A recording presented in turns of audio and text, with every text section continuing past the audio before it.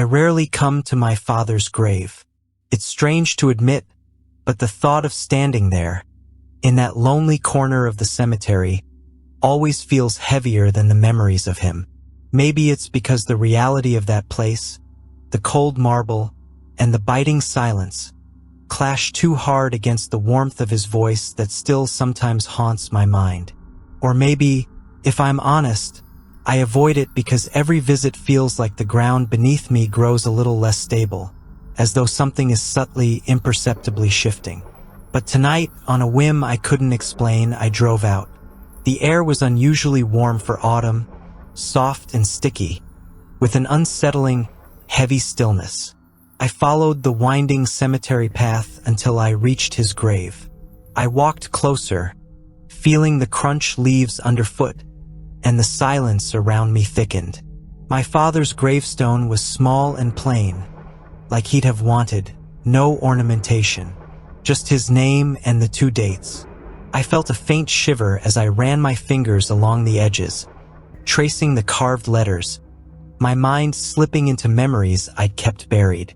The breeze, if it could even be called that, was faint, but enough to prick at my skin. I tried to ignore the creeping sensation that I was being watched, or perhaps that I'd disrupted something by being there. As I stood there, looking down at the grave, a vague, insistent tension started to coil in my chest. It was getting dark. Somehow I hadn't noticed the slow slide of evening into night. The light was slipping away faster than I'd expected, and with it came an odd, almost palpable shift in the atmosphere. Shadows draped themselves heavily over the gravestones, lengthening and blurring into strange, twisting shapes. I glanced around, realizing I'd been here longer than planned. I should have left, but something kept me rooted to the spot. The silence became oppressive, almost sticky. The noises of the world, the hum of distant traffic, the rustling of leaves, seemed to fade until there was only this uneasy quiet, a dull ringing in my ears. My breath felt loud and unsteady, echoing in the emptiness. As the last of the daylight drained from the sky, the trees and gravestones lost their edges, softening into the darkness. A strange, sticky fear began to settle in my chest. It was the kind of feeling that gnaws at you, slow and quiet, like the gradual creep of cold fingers around your throat.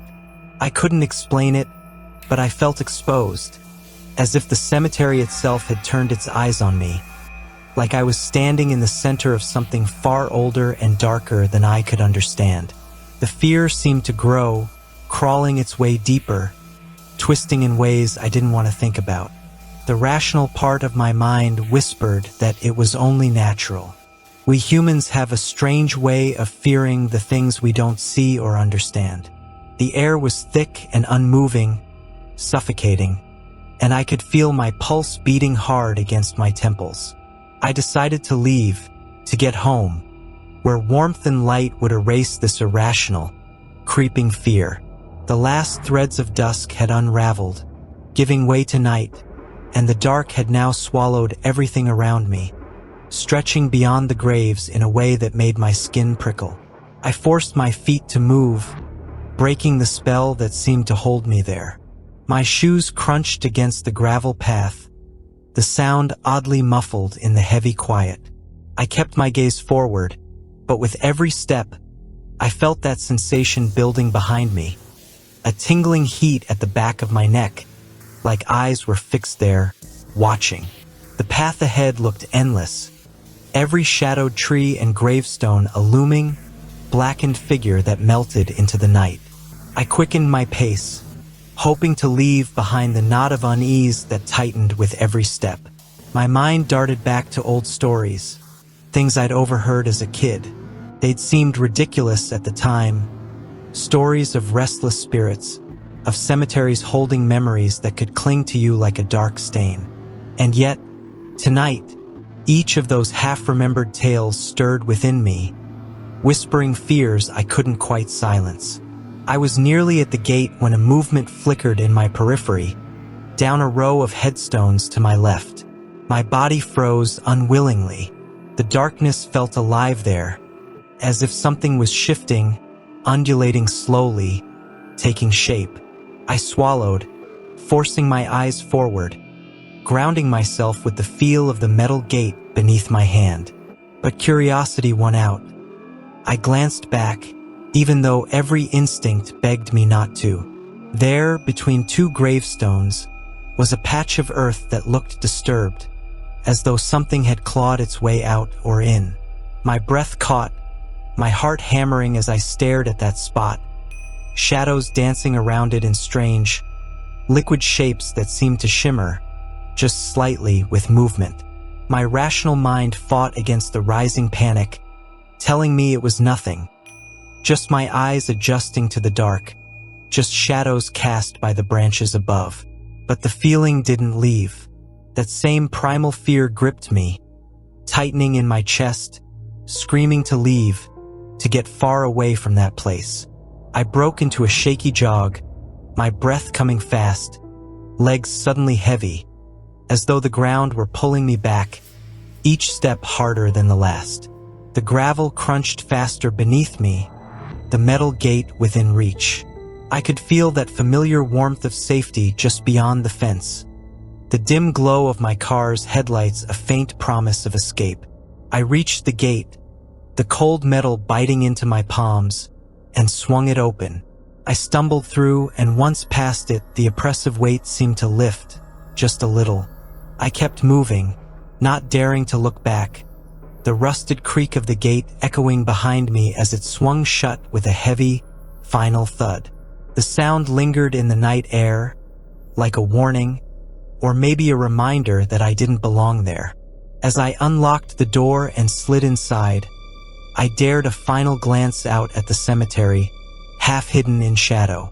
There was nothing there, nothing I could see. I was driving fast, too fast, the trees and road blurring together as I sped away from that cursed cemetery. My hands were shaking, slick with sweat, clinging desperately to the steering wheel. My mind felt scattered, barely holding together the shreds of what I had just experienced. A heavy pressure sat in my chest, my pulse beating erratically as if my body were still back there, locked in that place, still under the suffocating shadows of the elm tree. I told myself I was safe now. It was over. But even as I tried to believe that, a creeping sensation began to build in the car. It was subtle at first, almost like a chill, like the air inside the car had turned colder. But there was something else, too. An uncanny weight, something thick and foreboding filling the back seat, as if someone were sitting there. The fear coiled tightly in my chest.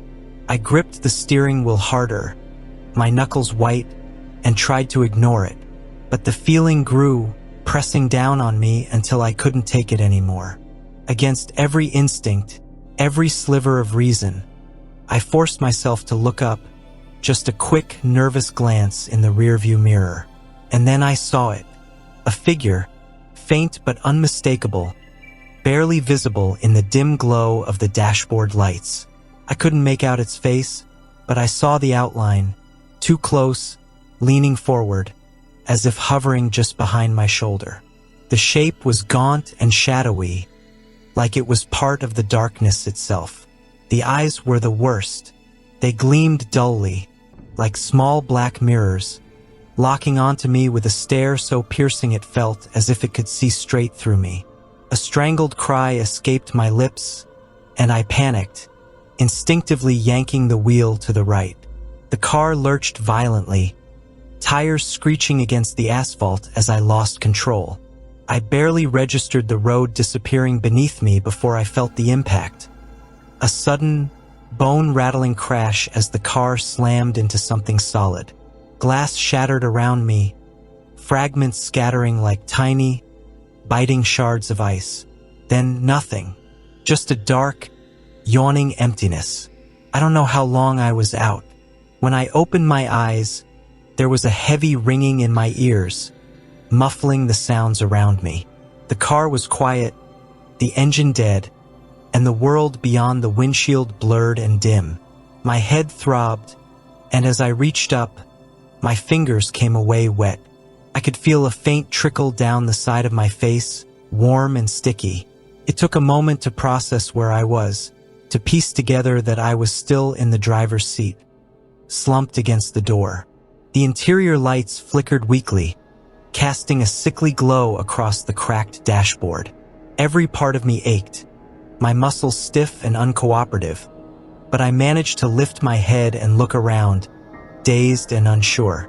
And then, through the shattered windshield, I saw flashing lights, red and blue, spinning in slow, rhythmic pulses. It was almost mesmerizing, surreal, as if I were seeing it from somewhere far away. I heard muffled voices outside, garbled and indistinct, drawing closer.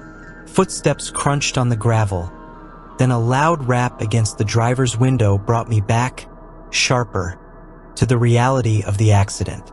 I turned, wincing at the pain in my neck, and saw a police officer peering through the cracked glass, his expression shadowed but cautious.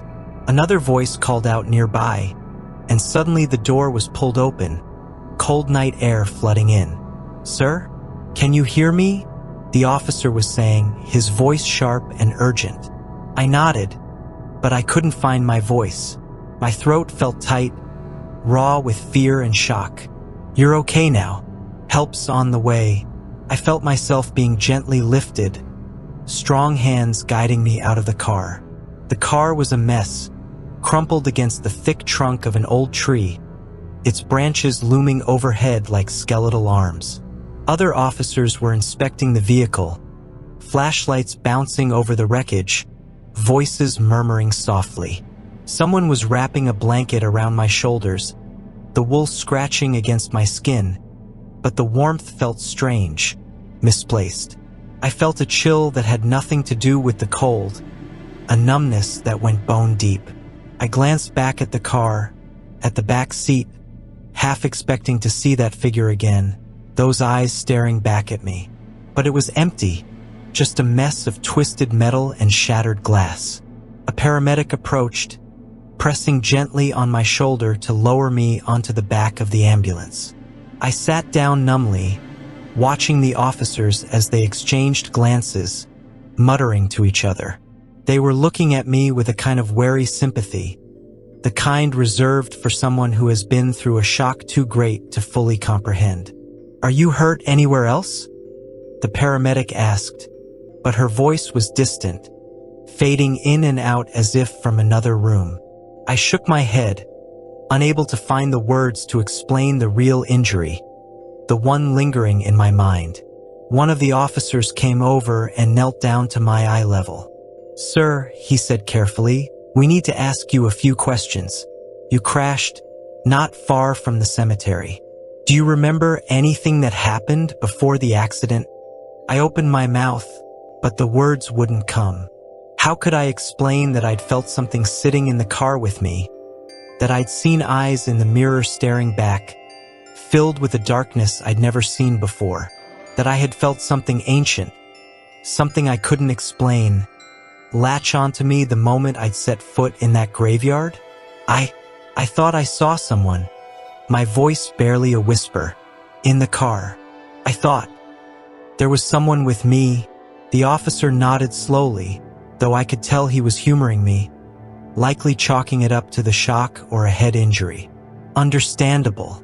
You've been through a lot tonight." He offered a small, almost pitying smile.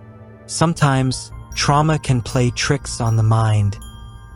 His words drifted somewhere beyond the haze of my own thoughts, as if they weren't meant for me at all. I tried to focus, tried to anchor myself to this moment, to the solid weight of the paramedic's hands. But I couldn't shake the sense of something else hanging heavy in the air. And then, as if drawn by my very thoughts, I saw it.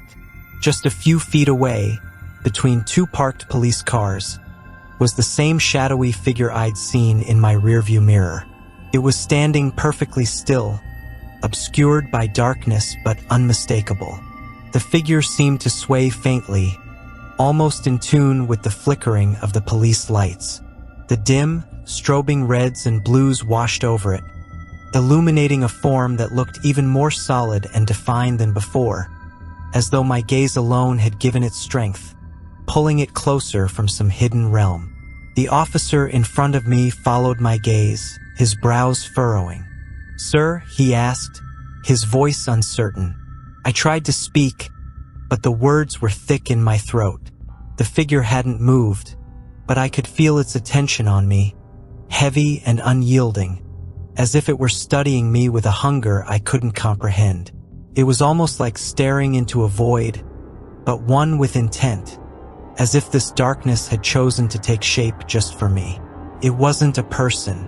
I knew that with a deep, gut-wrenching certainty. The figure was still just as unclear as it had been in the car. A twisted, gaunt outline with no clear face, yet its presence felt horribly, unshakably real. And those eyes, dull, black as coal, empty of life yet full of a strange and ancient knowledge, were locked onto me with an intensity that made my skin crawl. It's there," I stammered, pointing a shaky finger between the cars. The officer turned, his flashlight beaming toward the empty space where the figure stood. But under the harsh glare of the light, the figure shifted, fading in and out, as though it were merely a smudge in the darkness, a shadow without a source. "It's right there." My voice was thin, barely a rasp, and even I knew how unconvincing it sounded. But the figure remained, dark and unwavering, like a stain that wouldn't wash away, a presence rooted to me. The officer shook his head, his face a careful mask of sympathy. "I don't see anything, sir," he said slowly. He patted my shoulder, as if to comfort me. Probably just the shock, but I knew. The shape hadn't wavered. It hadn't faded. If anything, it seemed more defined with every passing moment. As the officer stepped away, I found myself locking eyes with the figure. It didn't move closer. It didn't need to. Somehow, it was as if the very air between us was alive with something vile, something that had crawled out of the cemetery with me. But why was it there? Why was it still with me, following me from that dark, secluded place where I'd left my father's grave behind? Why did I feel as if it had chosen me? A deep, unsettling memory surfaced. The scratching, that desperate, clawing sound from beneath the earth, as though something had been trying to escape, to reach me. The weight of my father's grave came crashing back to mind. The unsettled dirt, the feeling that something in that cemetery was still restless, still reaching. And now this shadow had followed me, pulled up from the very depths of the earth itself. But it wasn't him, couldn't be him. I squeezed my eyes shut, trying to banish the thought. The paramedic was talking softly to me, her voice calm, but the words were indistinct. Every sense, every nerve in my body was tuned to that shadowed figure between the cars, and I couldn't shake the feeling that it was somehow bound to me now, drawn to something inside me that I didn't understand. Then, slowly, I opened my eyes, hoping foolishly that the figure might have disappeared. But it hadn't. It was closer now, almost beside the ambulance, its shape looming just beyond the edge of the flashing lights. I felt trapped, my heart pounding wildly as the truth began to settle in, heavy and undeniable. This wasn't some vague terror born from my own mind. This thing was real, and it had followed me out of that graveyard, through the crash, through everything, lingering just beyond the reach of anyone else's sight. There was no sound, but in my mind, I could almost hear a faint, horrible whisper, brushing against the edges of my thoughts. It felt as if the figure were trying to speak, to call out to me, but its words were muffled, half-formed, as though caught in some terrible, endless silence. The paramedic must have noticed my gaze, the terror in my face, because she reached out, her hand cool against my arm. "Sir," she said gently, "you're going to be all right. "We're taking you to the hospital now. Everything's going to be okay." But even as she spoke, I knew that wasn't true. Nothing was okay. The ambulance doors closed, sealing me inside. But even as we pulled away, I felt that faint, oppressive weight, like a hand brushing against my shoulder, lingering, waiting. After that terrible night, everything eventually returned to normal. The dark presence that had clung to me seemed to vanish, leaving nothing but an unsettling memory I couldn't shake.